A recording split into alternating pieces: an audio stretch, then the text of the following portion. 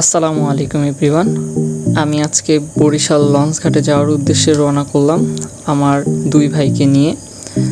আমি সহ 3 ভাই। এখন আমরা যাচ্ছি বরিশাল লঞ্চ ঘাটের উদ্দেশ্যে। আমাদের বাসা থেকে বের হতে একটু লেট হয়ে যায়। তারপরে রিক্সাওয়ালা মামাকে বলি, রিক্সাওয়ালা মামা আমাদেরকে একটু তাড়াতাড়ি পৌঁছে দেওয়ার জন্য একটু জোরে গাড়ি চালায়। অনেকেই সামনে দিয়ে গাড়ি দৌড়াদৌড়ি করছিল। এই যে আমরা 3 ভাই এক রিক্সার মধ্যে গুটিসুটি মেরে বসছি। অবশ্য রিক্সাটা অনেক বড় ছিল, তবে আমরা 3 জন অনেক মজা করতে করতে লঞ্চ টার্মিনালের দিকে আগে যাচ্ছিলাম। তো অনেক জায়গায় ল্যাম্পপোস্ট না থাকার কারণে আমাদের ফেসটা ঠিকভাবে বোঝা যাচ্ছিল না।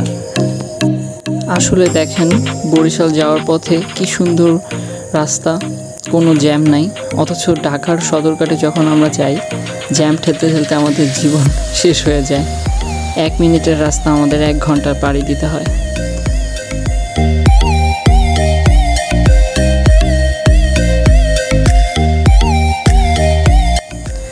অবশেষে আমরা লঞ্চ টার্মিনাল এসে পৌঁছালাম। মামাকে তাড়াতাড়ি ভাড়াটা দিচ্ছি। মামা বলতেছে ভাঙতি নাই। ভাঙতির জন্য একটু দৌড়াদৌড়ি করতে করতে একটু সময় চলে যায়। এদিকে আমাদের লঞ্চও চলে যাচ্ছে। আমরা দেখব কিভাবে। খুব তাড়াতাড়ি দিলাম, দিয়ে দৌড়ে যাচ্ছি টিকিট কাউন্টারের দিকে।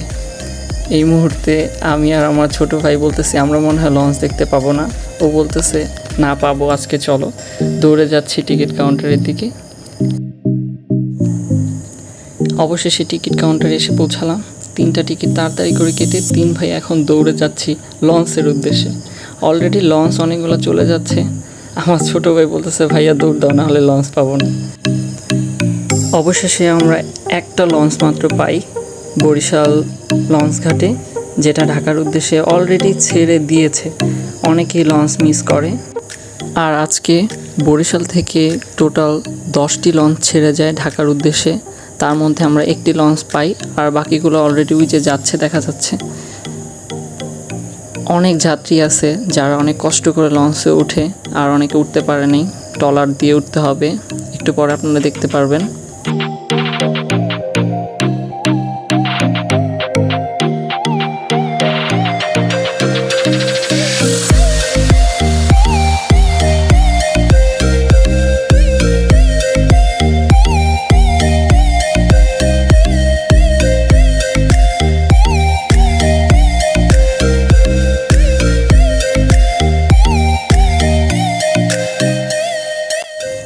অবশেষে পারাবত 11 লঞ্চটি বরিশালের ঘাট ত্যাগ করে চলে যাচ্ছে ঢাকার উদ্দেশ্যে।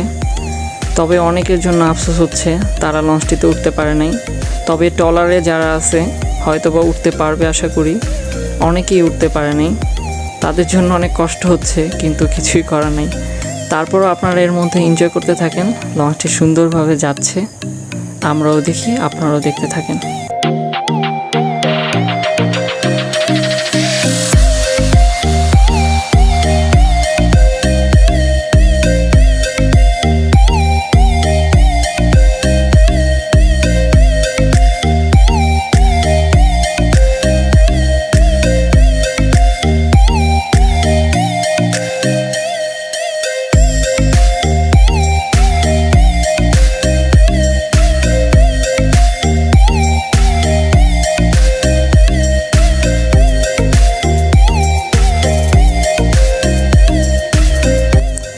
তো ঠিক আছে, আজকের মতো আমার বরিশাল লঞ্চ ঘাটের এই ফার্স্ট ব্লগটি শেষ করলাম। আপনারা ভালো থাকবেন এবং আমার জন্য দোয়া করবেন। আল্লাহ হাফেজ।